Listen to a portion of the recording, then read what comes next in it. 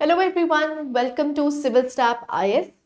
सो आज के लेक्चर में हम डिस्कस करेंगे the different patterns of questions that are being asked by UPSC in the polity section. Right, polity में आपको डिफरेंट टाइप्स ऑफ क्वेश्चंस देखने को मिलेंगे। अब वो different types of questions last 3-4 years में कैसे आपका पैटर्न चेंज हुआ है उसको हम डिस्कस करने की कोशिश करेंगे। Right, so as you know, polity जो एक सब्जेक्ट है, it is one of the most important subjects, number one. Number 2, polity में ना अभी तक भी जितने भी क्वेश्चंस पूछे गए हैं, दो नॉलेज बहुत डेप्थ में पूछी गई है, लेकिन फिर भी in comparison to other topics polity is still doable. Polity अभी भी डूएबल सेक्शन में ही आती है। So that is why polity के कैसे पैटर्न्स चेंज हुए हैं, किस तरह के अब क्वेश्चंस पूछे जा रहे हैं। जैसे फॉर एग्जांपल आपको रिसेंट 2 सालों में देखने को मिलेगा जो पॉलिटी के क्वेश्चंस है ना, वो कॉन्सेप्चुअल है ना। तो बेसिकली आपको क्या करना है, कॉन्सेप्ट्स पे बहुत ज्यादा फोकस रखना है with the addition of facts. धीरे धीरे फैक्ट्स को भी इंट्रोड्यूस किया जा रहा है, बट अभी भी पॉलिटी का जो सेक्शन है, it is more doable than the other sections. And polity is one subject जो बच्चे हर कोई पढ़ के जाता है। ठीक है, सो अगर किसी ने प्रिपरेशन चाहे 6 महीने भी की हो, लेकिन वो सबसे पहले जो टॉपिक पकड़ता है वो पॉलिटी ही होता है। तो पॉलिटी एक ऐसा सेक्शन बन जाता है जिसमें कंपटीशन आपको बहुत ज्यादा देखने को मिलेगा। So that is why polity के क्वेश्चंस में एक्यूरेसी मेंटेन करना बहुत इंपॉर्टेंट होता है। And as I always told you, prelims is not just about knowledge नहीं है, it is about revision and it is about accuracy. Accuracy कितनी रख पाते हैं उससे डिसाइड होगा आप प्रीलिम्स क्लियर करेंगे या नहीं करेंगे। और पॉलिटी में आपको एक कटिंग एज मिल जाता है। वो कटिंग एज क्यों मिलता है? अगर आपकी थ्योरी अच्छी है, आपके कॉन्सेप्ट बिल्कुल क्लियर हैं, तो पॉलिटी के क्वेश्चंस डूएबल हैं, जो कि आप आसानी से कर सकते हैं और एक्यूरेसी तक पहुंच सकते हैं। क्लैरिटी है? ठीक है, तो क्वेश्चंस देखते हैं। जैसे सिंगल स्टेटमेंट क्वेश्चंस आपको देखने को मिले हैं। जैसे आपसे पूछा गया है, what does due process of law mean? ठीक है, सिंपल है। अब due process of law meaning पूछा, इसका मतलब क्या है? क्या पूछा गया है आपसे? कॉन्सेप्ट पूछा गया है कि भाई ड्यू प्रोसेस ऑफ लॉ। ये नहीं पूछा कि ड्यू प्रोसेस ऑफ लॉ कहां से लिया है, क्योंकि फैक्ट तो वो है कि ड्यू प्रोसेस ऑफ लॉ कहां से लिया गया है, इक्वालिटी बिफोर लॉ कहां से लिया गया, बट आपसे पूछा गया है मीनिंग क्या है ड्यू प्रोसेस लॉ का। राइट, तो कॉन्सेप्चुअल क्लैरिटी क्वेश्चन आपको देखने को मिला। तो ABCD 4 ऑप्शंस हैं, 4 ऑप्शंस में से आपको एक ऑप्शन सिलेक्ट करनी है। तो पहला है the principles of natural justice, the procedure established by law, fair application of law या इक्वालिटी बिफोर लॉ। तो आपसे 4 स्टेटमेंट्स में से एक स्टेटमेंट ट्रू है, तो आंसर क्या बन जाता है? Yes, it is fair application of law. Right, so basically ये क्या है? ड्यू प्रोसेस ऑफ लॉ आपको देखने को मिलता है आर्टिकल 21 के तहत हम पढ़ते हैं इसको। तो ड्यू प्रोसेस ऑफ लॉ क्या है? जुडिशियल इनोवेशन है ना। ड्यू प्रोसेस ऑफ लॉ क्या कहता है? It is fair application of law. Clarity है? So this is first single statement. ऐसे ही आप देख सकते हैं सिंगल स्टेटमेंट क्वेश्चन आपको देखने को मिलता है। In India, which one of the following constitutional amendment was widely believed to be enacted to overcome the judicial interpretation of fundamental rights? So basically again statement based question है। यहां पर आपसे पूछा गया है कि भाई कौन सी ऐसी कॉन्स्टिट्यूशनल अमेंडमेंट थी जो कि बिलीव करी जाती है to be enacted to overcome judicial interpretation of fundamental rights. Overcome किया है जिसने judicial interpretation of fundamental rights को। First amendment, 42nd amendment, 44th amendment या फिर 86th अमेंडमेंट। ठीक है, सो आंसर आपको यहाँ पर देखने को मिलता है, it is a first amendment, क्योंकि फर्स्ट अमेंडमेंट के तहत 9th constitutional amendment 9th schedule add किया गया था, जिसके तहत हम फंडामेंटल्स को थोड़ा कर्व करने की कोशिश कर रहे थे। ठीक है, तो सिंपल है। तो यहां से आपको स्टेटमेंट अगेन सिंगल स्टेटमेंट आपको क्वेश्चन देखने को मिल रहे हैं। ठीक है, नेक्स्ट साइड पे हम मूव करते हैं, which is dual statement. So for example जैसे G20 पे क्वेश्चन पूछा गया है, the G20 group was originally established as a platform for the finance ministers and central bank governors to discuss international economic and financial issues. Digital public infrastructure is one of the India's G20 priorities. तो dual statements आपको देखने को मिल रही है। तो आपसे पूछा गया है कि आपको बताना है करेक्ट स्टेटमेंट्स कौन सी हैं, 1 only, 2 only, both 1 and 2, और is it D, neither 1 nor 2। ना G20, क्योंकि हमने यहाँ पर होल्ड किया था G20, इसलिए G20 पे क्वेश्चन पूछा गया है। सिंपल ही क्वेश्चन है, सच बहुत ज्यादा डिफिकल्ट नहीं है। अगर आपने G20 के बारे में उस टाइम बहुत पढ़ा होता, न्यूज में भी पढ़ा होता, तब भी आप ये क्वेश्चन कर सकते थे। सो अगर हम यहाँ पर बात करते हैं, सी आंसर है, क्योंकि पहले जो G20 बना था वो क्या था? एक तरह से जो फाइनेंस मिनिस्टर्स हैं और सेंट्रल बैंक मिनिस्टर्स हैं वो मीट करते थे, लेकिन अब G20 का जो एम्बिट है वो काफी ज्यादा बड़ा हो चुका है। एंड जो डिजिटल पब्लिक इंफ्रास्ट्रक्चर जो आज भी प्रोमिनेंट टॉपिक बन जाता है, उसी को हमने यहाँ पर प्रमोट किया है, जिसमें आपको 3 लेयर्स देखने को मिलती हैं। क्लैरिटी है? सो आंसर क्या बन जाता है? सी। दो डुअल स्टेटमेंट आपको टाइप क्वेश्चन देखने को मिला है। तीसरा टाइप आपको देखने को मिलता है that is relation between two statements. जैसे आप देख सकते हैं स्टेटमेंट 1 और स्टेटमेंट 2, ऐसे क्वेश्चंस भी पूछे गए हैं। आप देख सकते हैं national flag of India according to flag code of India 2002, उसके बारे में आपसे स्टेटमेंट्स पूछी गई हैं। स्टेटमेंट 1 है one of the standard sizes the national flag of India is 600 mm into 400 mm. The ratio of the length of the height to the flag shall be 3:2.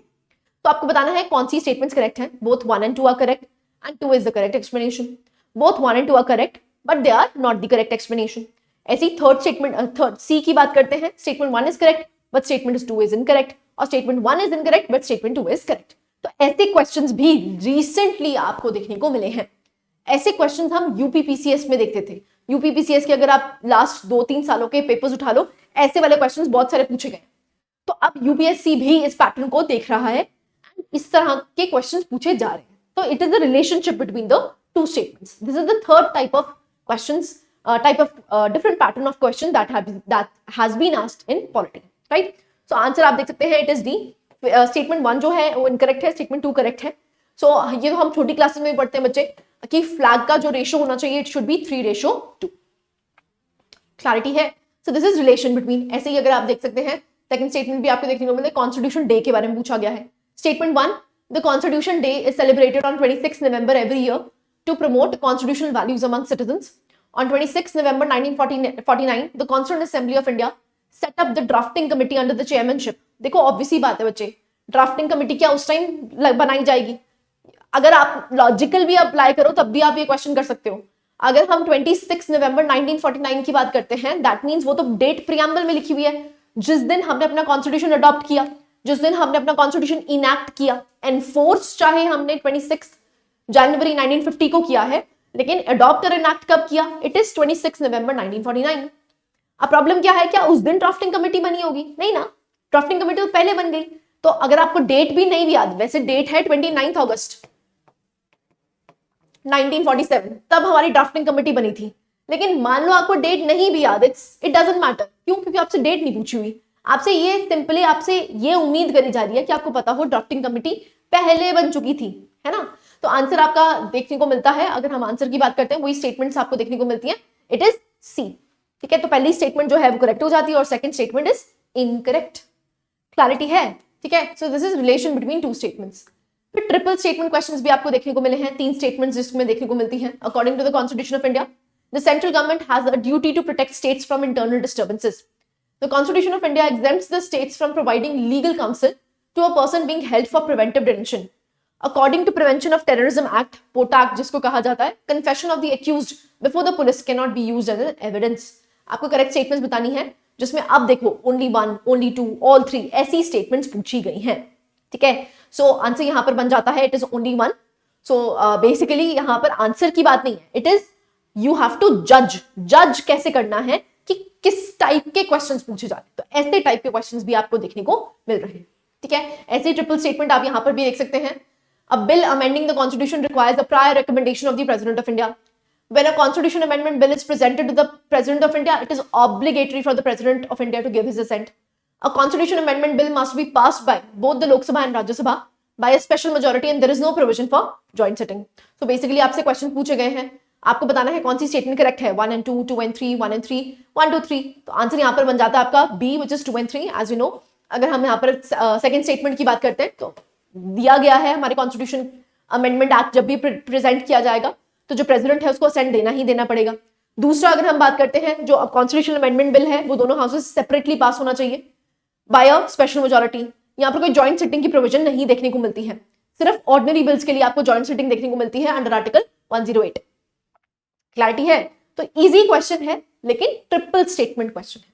Clarity है? Next, अब new pattern जो follow किया जा रहा है, जैसे only 1, only 2 ऐसा जो पूछा जा रहा है, this is the new pattern, right? So the National Commission for Backward Classes, the National Human Rights Commission, sorry, the National Law Commission, और ये D है जो फोर्थ है, the National Consumer Dispute Resolution Commission। यहां तक आपका question है। फिर पूछा गया है how many of the above are constitutional bodies? Constitutional bodies कौन कौन सी एग्जिस्ट करती हैं? Again a very simple question. तो आप देख सकते हैं national commission for backward classes की अगर बात करते हैं तो it is a constitutional post, ठीक है। सो रिसेंटली आप देख सकते हैं अंडर आर्टिकल 338B, सो यहां पर national commission for backward classes बनाया गया है, which is a constitutional post. ऐसे ही एनएचआरसी की बात करते हैं, क्या कॉन्स्टिट्यूशन है? नहीं, it is a statutory body which is made under protection of human rights act of 1993। Clarity है? Next, national law commission, no it is not a constitutional body. ऐसे ही national consumer disputes redressal commission की अगर बात करते हैं तो it is not a constitutional body. तो आंसर क्या बन जाता है? इट इज ओनली वन, ठीक है जी। So this is the new pattern that is they are asking. Clarity है? सो सिंपल स्टेटमेंट्स आपको देखने को मिलती हैं जहां पर हम कह सकते हैं सिंगल स्टेटमेंट भी पूछी जा रही है, डुअल स्टेटमेंट पूछी जा रही है, रिलेशनशिप बिटवीन द स्टेटमेंट्स पूछा जा रहा है, एंड द थर्ड लास्ट आपको देखने को मिलता है which is the new pattern जिसमें आपको only one only two statements देखने को मिल रहे हैं, ठीक है। तो उसी पैटर्न से आपको फॉलो करना है। As I have told you, अभी भी पॉलिटी इज डुएबल। अगर आप सिंपल लक्ष्मीकांत पढ़ के जा रहे हैं, अच्छे से पढ़ा है, ऑब्वियसली बात आपको रिवीजन बहुत ज्यादा चाहिए, तो कॉन्सेप्चुअल क्लैरिटी होनी चाहिए। अगर आपको कॉन्सेप्चुअल क्लैरिटी है तो आप पॉलिटी के क्वेश्चंस को अटेम्प्ट कर सकते हैं, डुएबल है, एक कटिंग एज आपको प्रोवाइड करते हैं। क्लैरिटी है? बाकी आप हमारे कोर्सेज चेकआउट कर सकते हैं, हमारी प्लेलिस्ट में आपको देखने को मिलेंगे।